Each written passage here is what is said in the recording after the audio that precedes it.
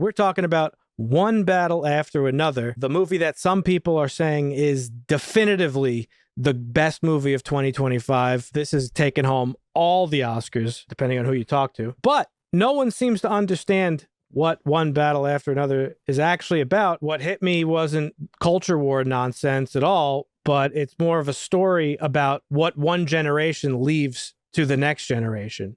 I think people are so busy arguing about pop culture politics that they're missing the actual heart of it. So that's what we're going to talk about today. Potentially the best movie of the year that no one seems to understand. So let's get into it. One Battle After Another is sort of farcical. It's not meant to be really taken like 100% literally or seriously. If there's any truth to what he says, he's been writing this movie for years. It wrapped filming like a whole year before the 2024 election. It's less about Donald Trump than you think it is. It just happens to be like incredibly accurate to what we're currently experiencing. But this is a black comedy sort of action thriller, and it's about Leonardo DiCaprio's character. He's like part of this revolutionary group. The movie is about his life basically 16 years after this like huge event that takes place. He now has a daughter, and he kind of falls into the dad life and kind of puts the revolution stuff on the back burner. And his past sort of comes back to bite him, and it becomes a story about him basically trying to save his daughter from his past, essentially. Marvin hated it. He mentioned it in the beginning of the podcast. What do you think, Marvin? I didn't hate it. I definitely don't think this is the best movie of the year. Okay. Like, I'll just name some of. I didn't say it's the best movie of the year. I know you said that's the narrative. Hype. Yeah. You said it like it wasn't meant to be taken seriously. I didn't really enjoy how it wasn't meant to be taken seriously. Like, I don't like this like parody of revolution, like especially in these dark times we're in. It felt like it was romanticized. I enjoyed the family aspect of the movie, but not like the vehicle used to get there to like bridge that gap. Didn't like how Perfidia was like so freaked out. That shit was just weird to me. Freaked out meaning like she was a fucking freak? Like she was like overly horny and like... Oh, yeah. And popping pussy. It was like weird. It was just weird. Me and C, it was like kind of weird. Like, okay. Like the over sexualized black woman thing is like just a little kind of weird to me. There's a lot of criticisms online that that people are taking issue with the way this movie portrayed, I guess, black people, but specifically like black women. For me, it was just, it just felt weird how like. Was it like her dialogue or just her behavior and stuff? Her behavior, yeah, dialogue, behavior. Okay. They're like fuck, and shit's blowing up. It's like the beginning of the movie, that first like that cold open that shows the revolutionaries like doing their thing. That whole section of the movie was framed sort of like the 60s and 70s, even though it doesn't take place in the 60s and 70s. So the way that I took her character is almost like she was picked out of like a blaxploitation film of the era, almost like Jackie Brown. Yeah, has like very similar tone. I can understand why people would take it a certain way. Maybe that's not an excuse, but I think it was like meant to be just played a little bit like loosely about like sort of what he's comparing these revolutionary groups to. It's like a stand-in for the revolutionary groups of that era of the 60s and 70s. I'm in the Marvin camp on this one. It wasn't a terrible movie, but I can't say that I loved it. I think on the exploitation side, I think it did it to every character, and I think it was a little bit uncreative. It was like all the tropes. Yeah. So Christina and I sat down to watch this, and then she got tired. We got about a half hour into it, so we had to pause it and rewatch it. And luckily enough, there was only 2.5 hours left of the story. Luckily enough. I can't tell he's serious when he said that. This movie was okay. I think it could have been better, but it just felt, I don't know, just too on the nose. It wanted to be in your face, but it really was kind of dull in your face, kind of like, I don't know. It didn't hit me the same way I guess it hit you. Not even close to best movie of the year for me, but. Like the movie is so sort of like in your face about certain things that it does seem like overtly ideological in a way. And the reason why politics is the way it is these days, it's like the only thing you hear people talk about in everything, movies, shows, blah, blah, blah. Everybody's talking about politics, and not really about the important stuff either. Just like culture war shit. Politics has been made into pop culture. That's exactly Oh, right. for sure. Yeah. So people treat politics now like they would treat movies or TV shows or wrestling, like where it's like almost like an entertainment thing. It's like an identity. Sports. It's sports. It's exactly what it is. That's what it is. And so people are approaching this movie the same way. It seems very clear, like what the message is, right? Like at face value, it's like, oh, these revolutionaries are the good guys, and the right-wing fascist racists are the bad guys. And this isn't meant to be a real America. Like, this is not real America. They don't tell you what year it takes place in. They don't tell you who the president is. They don't tell you what's going on. We just know this isn't in America. They don't even use like regular terms. Like, yeah, they use like MKU or something, which has like, I thought it was like MK Ultra or something. Like, I don't know. This takes place in a police state where cops and the military have joined forces to patrol this autocratic society. Basic rights are stripped away. That's what the French 75, the rebel group, is rebelling against. That doesn't make them left wing. That makes them freedom fighters who are trying to break this like fascist nation back open. I agree with that too. You shouldn't automatically associate people that are like freedom fighters with the left wing. That's something like a good person should do. Right? Everybody like, should be about everybody should be anti-fascism. Like everybody. Right. Regardless of your political leanings. Okay. Right. So anti-authoritarianism in general, yeah. Exactly. Yep. So this isn't a left-wing movie by any stretch. No. Okay.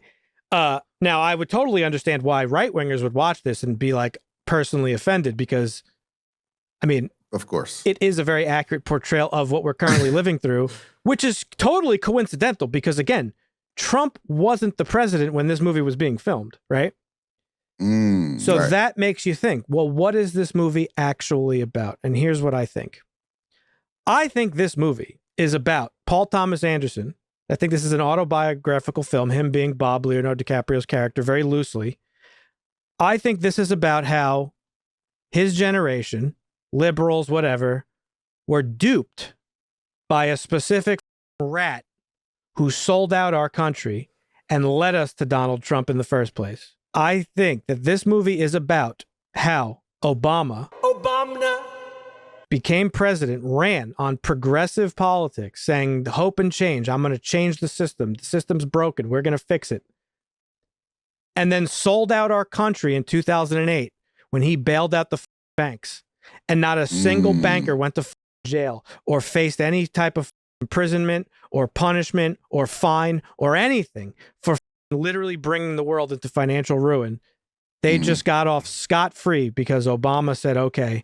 So he was a corporatist from the very beginning, and he sold us out. The world seems to forget. Everybody's focused on Donald Trump, and deportations and ICE and all this stuff.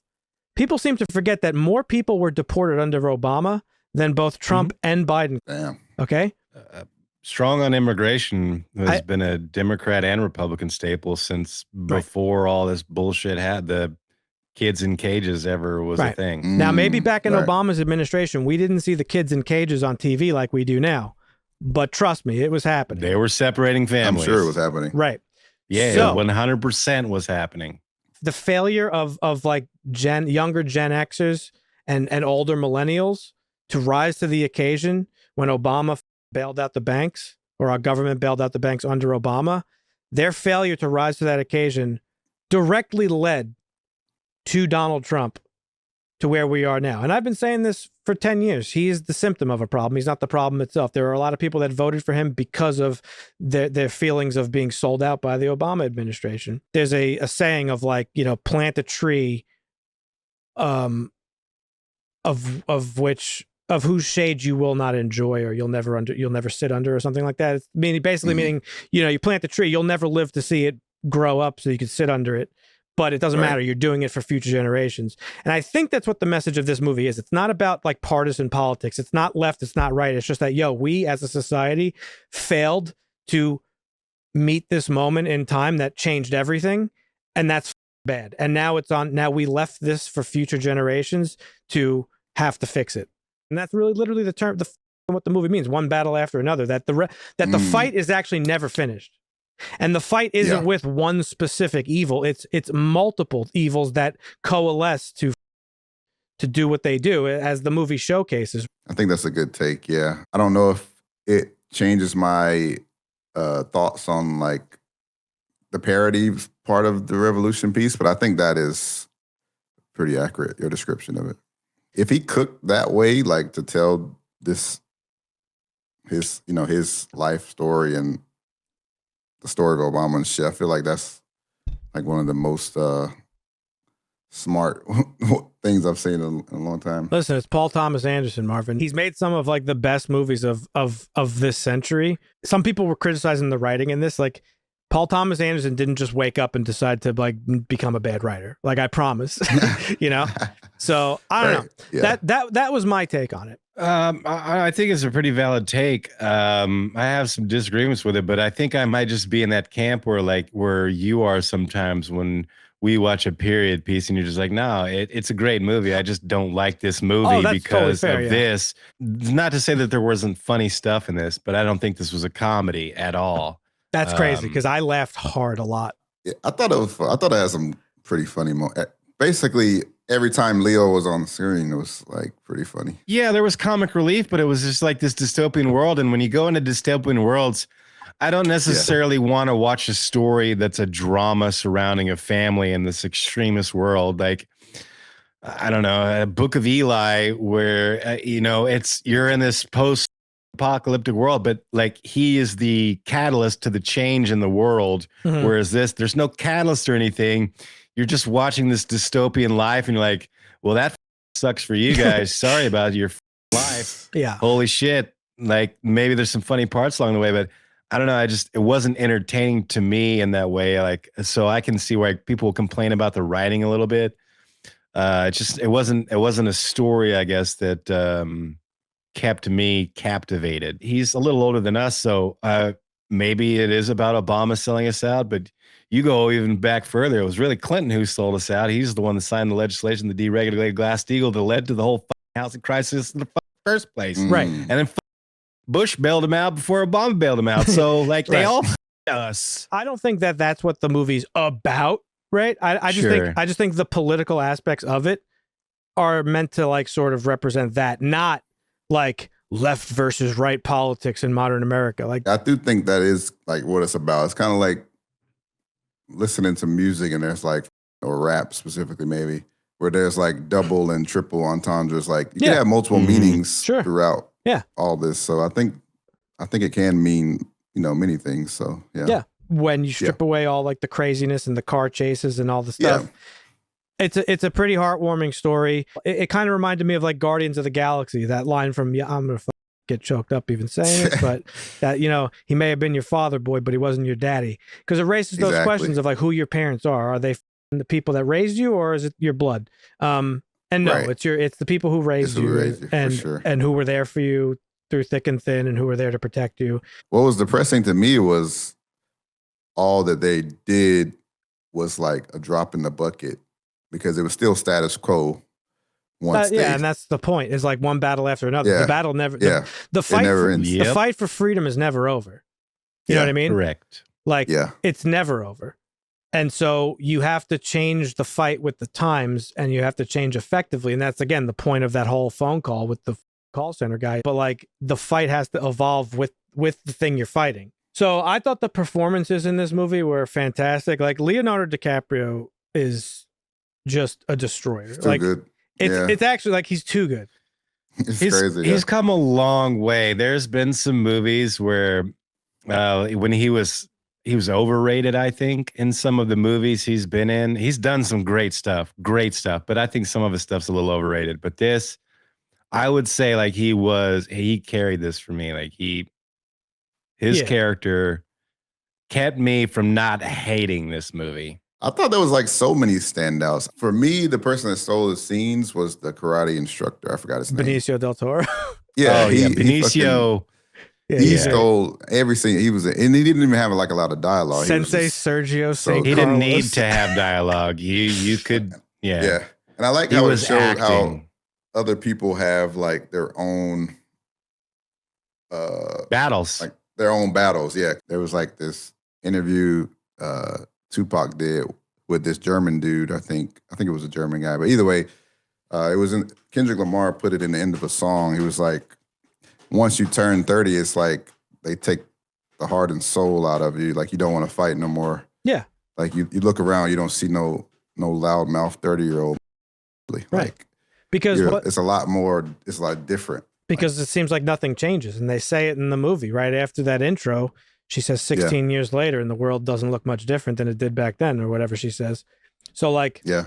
that's the whole thing. Is like, again, the fight never ends. That's the central premise of like, you know, the fight's never over. Your priorities change, things that are important to you change, but the fight never changes. Like I said, it has a lot of hype around it. It's very contentious.